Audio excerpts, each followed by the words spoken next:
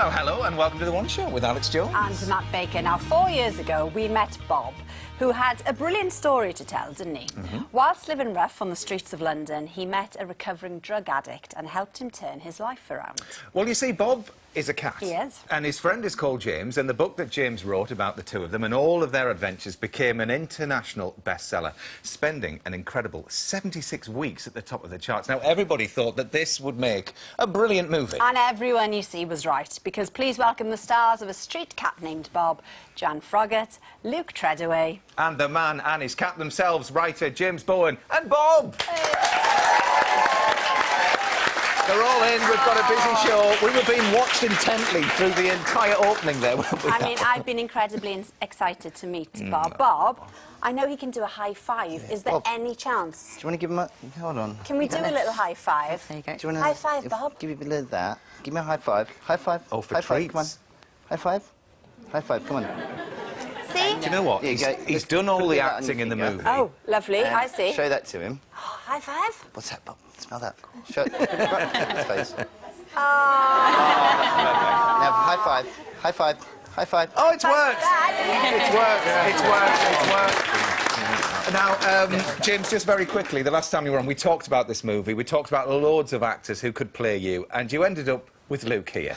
Now, are you happy? You should be. Oh, my goodness, I am incredibly happy. Luke has been so dedicated to the task, and I mean, when you talk about method acting, he really put his all into it, and, you know, high five to you, Luke. You know, Here, give me a bit of that. I'm so proud of you, mate. And I couldn't have had... I honestly couldn't have more praise for someone doing my sort of interpretation, you know, sort of a painting of a painting, and he just did it so well. And he's a great singer as well.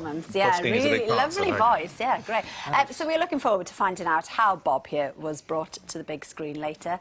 And also we'll have a very special one-show tribute to Dad's Army creator Jimmy Perry, who died yesterday at the age of 93. Yes, now, whether you believe it's a blip or something more permanent, the fall in the value of the pound has sent ripples through the banking and business communities. Now, against the dollar, it's currently standing at around $1.21. That's around 18% less than on the day of the EU referendum back in June. So we've met the owners of 4 very different businesses in one seaside town to see how they view their financial future. Welcome to sunny Blackpool.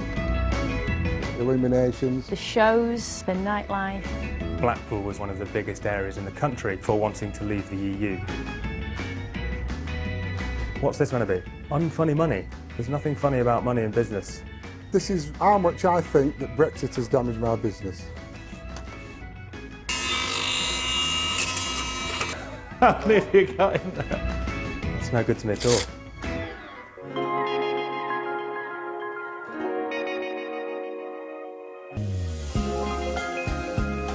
My name is Will Chelsom. I am the Managing Director at Chelsom Limited. We are designers and manufacturers of decorative lighting. If you've been on a cruise ship, we might have supplied the cabin lighting for that. We may have supplied lighting to a Travelodge or Holiday Inn Express type hotel, or a 5-star top-end resort hotel in the Middle East. The big question everyone's asking at the moment is, how is the value of the pound affecting your business and why is it important? So if this was the pound pre-Brexit, I guess we're about there, aren't we? As a manufacturing company, we have a lot of raw materials, a lot of goods and components that we need to buy, predominantly from China.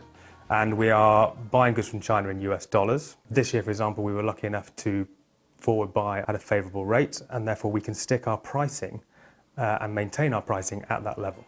Come 2017, next year, we kind of have to start again, and who knows what will happen, but we're expecting the pound to weaken even further.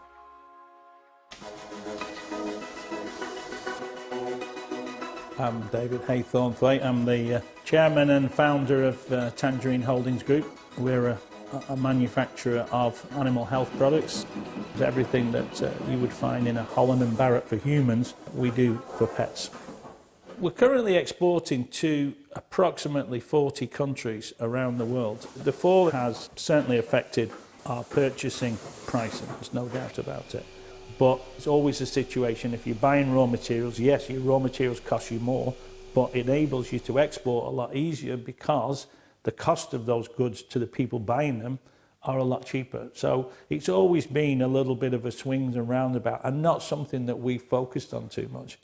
Business is pretty good at the moment. We all believe that business is going to carry on the same. My name's Harry Nixon. This is my business, H Tools and Fasteners. We supply engineering supplies, nuts, bolts, washers.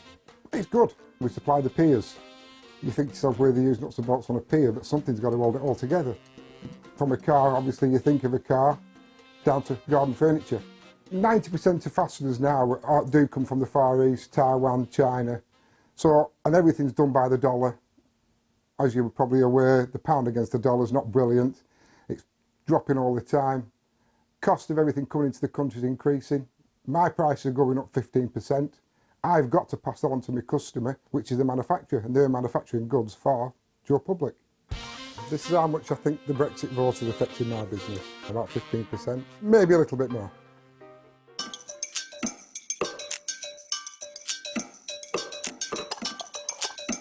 My name's Dawn Cheetham, and this is my sister and business partner, Diane Moden. We're catering equipment distributors. The uncertainty at the moment with the pound, euro, touch wood, has not affected us at all at the moment. There are the discussions it will affect prices come January, February next year. There are certain of the manufacturers and certain of the distributors that are really quite upbeat, and I'd certainly like to put ourselves within that category. My confidence in the pound is so much that even if we put it in the blender, it's going to come out exactly the same. All untouched, all worth exactly the same as before. And there is a report out today that confirms what those businesses in Blackpool there were telling us. The weaker pound has meant that exports have shot up in the last 3 months, and they are expected to just keep on rising. Yes. Now then, let's talk about a street carter named Bob. I mean, definitely the star of the show tonight, isn't he? So when you came in about 4 years ago, James, wasn't it? And you said, you know, you'd love your story to be turned into a film, and of course here it is. Did you have a lot of input to how the film was made, and were you on set a lot? Well, yes, I was on set a lot, but it was never intended that way. Usually when you sell the rights to a book, you know, off they go and make the film. You know, I think the only other case of someone being really in their films is like Stephen King, where he always has his cameos and things like that. But I came along, I remember Luke was doing this scene from the beginning of the film, and I came along and he was really putting his all into it. And then there was they were doing this scene in Covent Garden, and I came along and I brought Bob along, and we were doing some shots on the Millennium Bridge, which weren't actually used in the final film. And later in the evening, as it was getting darker, Roger, the director, decided that he wanted to have Luke playing the guitar with Bob on the Bow Street back street. And they were doing the takes, and Bob did every single take perfectly. And of course he did. you know, Luke was playing absolutely fantastically, as he does. And it was just, I heard this sort of whisper over my ear from the producer, I'm going to put my 2 pence in about having Bob on, you know, on First Junior. And I thought to myself, oh dear, here we go. And then the next thing I know, I was roped into coming in at 5:30 in the morning every day for 7 weeks. But I couldn't have said no. I mean, it is essentially our film. Well, of course it's your story, they have honoured us by making, you know. So we were there for them as much as they were there to make our story. Yeah, no, and obviously, look, great to be working with the real Bob. But what was it like to have James on set? Because you're telling his story, and it's an incredibly emotional story as well. Homeless, the two meet, and what you have to go through to get over kind of your heroin addiction as well. And you had to play all of that in front of James. So what was that like to play it in front of him, and what was that like for you to see it all? Let's start with you, Luke. I mean, it was really amazing to have James there, actually, because often you sort of do your research before you start filming, and you try and build up the character, and you work on the voice and the physicality of someone, and then you sort of go and you shoot the film. But to have James on the set every day, it was like a kind of constant reminder of who it was that I was playing. And yeah, having real Bob there, I mean, none of the other cats could handle being in Covent Garden while we were filming. So yeah, he was amazing. As much as Bob. There's a reason why there's a saying. They were definitely very good at what they did. You know, they were doing stunts and a lot of the second unit work, but Bob is Bob, you know, so... It was strange some days pretending to be James whilst I was pretending to have lost Bob, and James and Bob would be sat in the corner. Had to use a lot of imagination those days. And we're all crammed in the corner of that set, and you've got the big wide set. Oh, OK, mister. Oh, like the camera. Well, a lot of people will be wondering where you come in, Joanna. We'll figure that out in a second, but just let's have a look at Bob and you in action.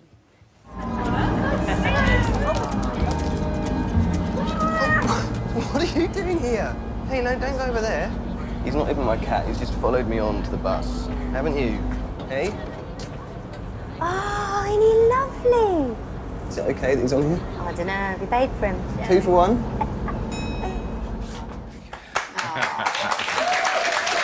that, of course, was a one-show friend, Nina Wadria, there as well, as the bus inspector. So go on then, Joanne, where do you come into it? Because you've got an important role in this, haven't you? Yes, but I mean, you know, it's very much, as you know, it's James and Bob's story, and Luke does the most incredible job at playing James, and I come in just as a supporting role, and I play what would have been James's key worker, sort of social worker, but I'm actually an amalgamation of people. Yeah, you're an amalgamation of a housing worker and a drugs worker. Yeah, in the book it's a few people, but for sort of dramatic purposes, we've combined it into me. So, yeah, so that's where I come in. So I'm sort of a support system for Luke's character, which sounds really strange saying that when you're sat there, James, but, you know, but our character James rather than real James. So, yeah, so that's my role. Well, everybody can see A Street Cat Named Bob. It's at cinemas from November the 4th. It is. Now, James here spent over 10 years on the streets, and figures have shown that the number of people sleeping rough in England has more than doubled since 2010. Well, as Nikki and Dave demonstrate here, getting some rest when you are sleeping rough can mean taking to public transport. Central London at night. People are on the move and the iconic red buses are in high demand. Shortly after midnight, and Nikki is travelling with her boyfriend Dave, who she met a year ago. Oh, there's a 24-hour. But unlike other passengers, Nikki and Dave have no real destination. They are two of London's estimated 7,000 rough sleepers. And in her 20 years on the streets, Nikki has learned that come night time, buses are better than pavements. Living on the streets as a woman is one of the scariest things ever. I woke up to someone trying to get on top of me. I personally feel safer on a bus. There's CCTV. There's usually people, you know, you've got the driver. Unfortunately, bus sleeping only lasts as long as the bus route. At the last stop, Nikki and Dave must get off and wait for their return trip.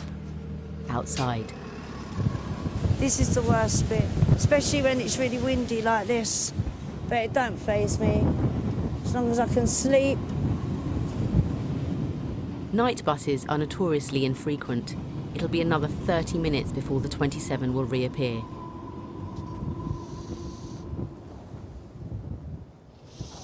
Oh. It's not known how many of London's homeless sleep on buses at night. Many will do so when it's very cold, very wet, or when they are particularly vulnerable. Last year at the New Horizons Youth Centre here in central London, staff handed out bus tickets to homeless young people who had nowhere else to go at the end of the day. The hostels available to us have become completely depleted. One young woman I know did her A-levels whilst she was sleeping on a bus.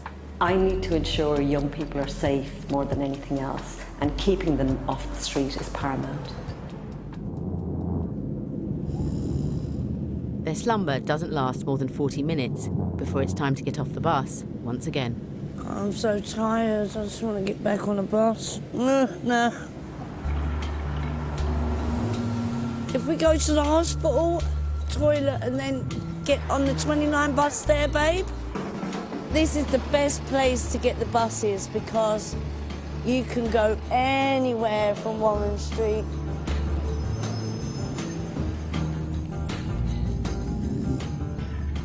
I would rather pay on a bus and just travel, but there has been times where, yeah, I haven't had any money and I've had to get on a bus and I've dodged the fare. But I'm now paying for it in fines, £3,000. I ain't got £3,000. A safe night's sleep on London's buses is far from guaranteed for rough sleepers. Luke is one person who returned to the traditional doorway after he was badly attacked by 2 drunken men on a night bus last year. Went to sleep, and next thing I knew, I was getting like punched and headbutted. I just froze. I didn't know what to do. For now, I'm just like sleeping in shop doorways, moving about from place to place, wherever I can get my head down, really. Oh man, I was well enjoying that sleep. You know, when you've had a little sleep and you feel a bit refreshed. Oh wow. 17 years ago, I remember it sticks out in my mind. It was the best night's sleep I ever had. Best night's sleep ever.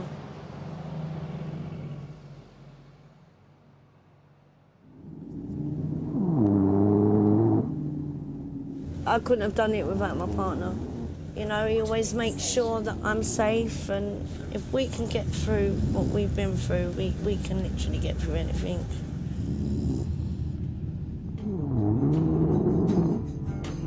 Nikki and Dave continue to ride the number 29 bus in a circle until 6 a.m. before retiring once again to the pavements of central London. In less than 12 hours, it'll be dark once more, and they'll have to start thinking about how to get through the night ahead. Maybe a shop doorway, maybe a stairwell, or maybe a bus. Well, a big thanks to Nikki and Dave for sharing their story. And of course, James, a film that rings very true with you. I mean, it's astounding that numbers have doubled since 2010. Where do you think the problem lies? I think the problem lies in the fact that they are all placed into the same boat as such. I mean, there are mental issues, there are family issues, there are drug issues, there's all sorts of different reasons, you know, immigration issues, things like that, all sorts of different reasons that people end up on the street. And the thing is, if we looked at it more, if we broke it down more for each individual person, then maybe we could find a better action to the root of the problem, yeah.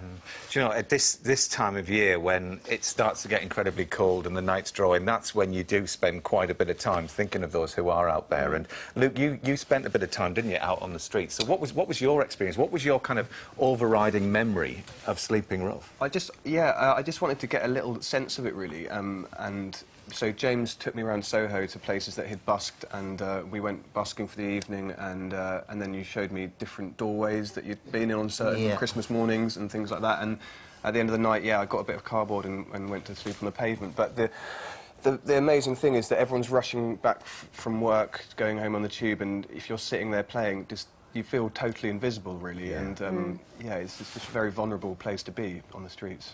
Absolutely. Now, it would seem, James, that Bob is a very big fan of your music. I mean, he was in the film as well. Here he is, being serenaded. We've got a lovely picture of you. But the thing is, Bob, I mean, are cats really music lovers? This is the question. Well, there is one American composer who thinks that he has found a sound that's pretty, well, let's say, cool for cats. Ah, you went there.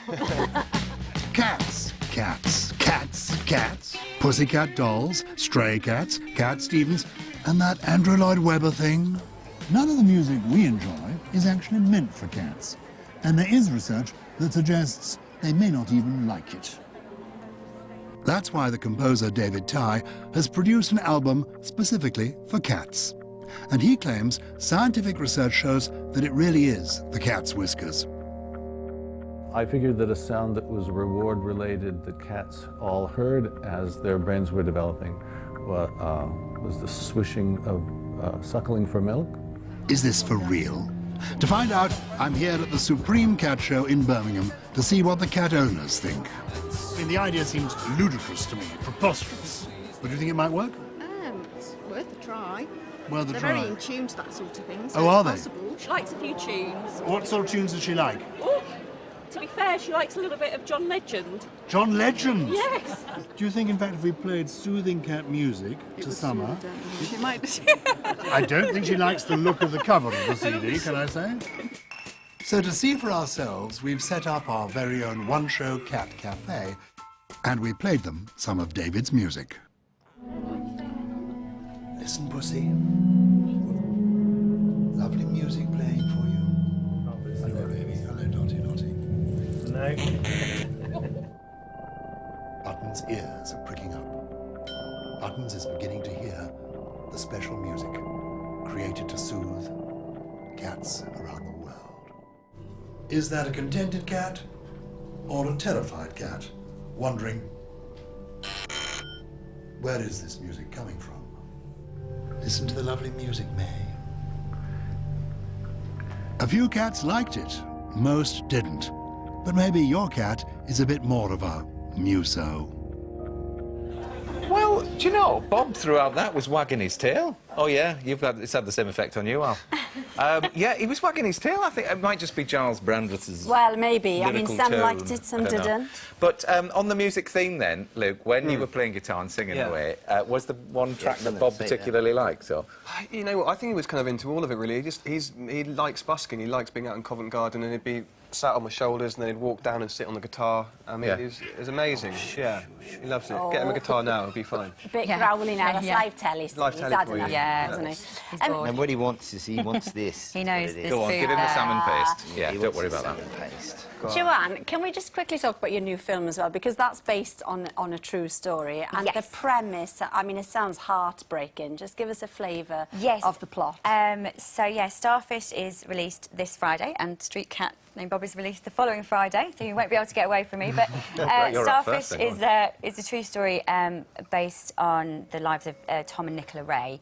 And basically, Tom came down with sepsis one evening, went into hospital thinking he had food poisoning, went into a coma and sort of woke up 5 months later having had his lower limbs amputated on his arms and his legs, and some of his face amputated as well. So the first half of the film is the story of sort of his wife Nick, who I play, trying to cope with giving birth to their second child and a young child, and the second half of the film is how they rebuild a life together. And Tom's very brilliantly played by Tom Riley in the film, and so mostly it's an incredible love story, really. It's one of the most incredible love stories I've ever read, and it's true, and they're still together now. This happened to them in the millennium year. Their kids are teenagers, and wow. Yeah, they're an amazing, inspirational couple. So that's out this Friday? Yeah, this Friday, and then Street Cat the following Friday. That's the remarkable thing, that your stories are real, about real people. You're not playing people that, you know, were around years and years ago. I am fascinated by real stories. I mean, you know, talking to James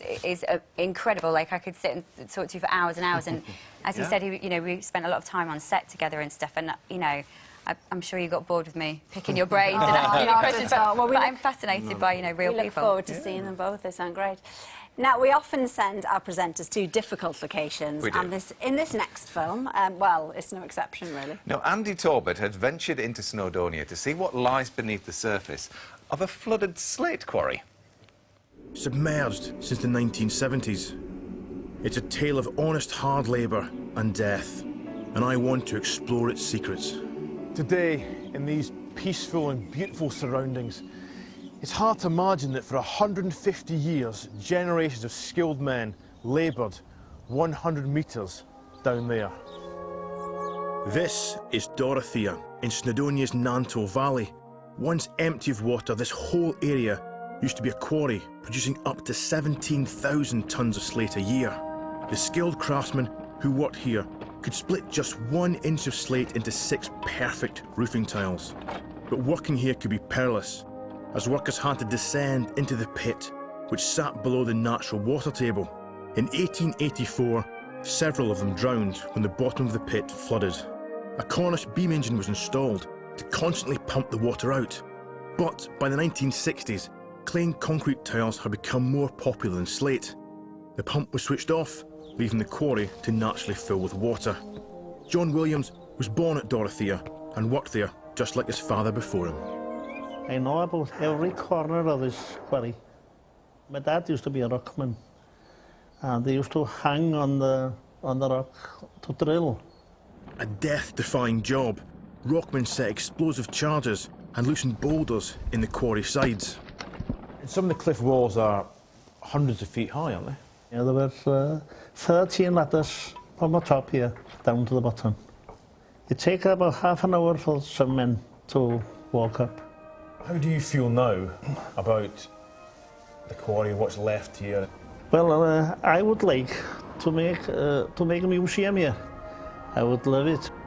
And big recognition for the work that went on here. Yes, and they'll bring back memories. There are calls to make quarries like this one UNESCO World Heritage Sites, but that won't reveal the gems under Dorothea's surface. These days, only divers make the trip down. Many don't have official permission, and they face freezing conditions, entanglement hazards, and depths in excess of 100 metres. More than 20 people have lost their lives here in the last 30 years. Some believe a regulated dive centre would help keep divers safe. But for now, we've been given official permission to explore this once thriving Welsh Atlantis. To ensure everyone's safety, good equipment and preparation are key. I've got my closed-circuit rebreather, which cycles my warm breath, all helping to keep my core temperature up, which means I can go deeper for longer. There are 3 of us on the dive, me, the diving camera operator and our dive buddy. There's also a dive supervisor who will monitor us from the surface. The quarry was dangerous before it filled with water, and it's no less dangerous today, but we're professionals, we're prepared, so we're going exploring.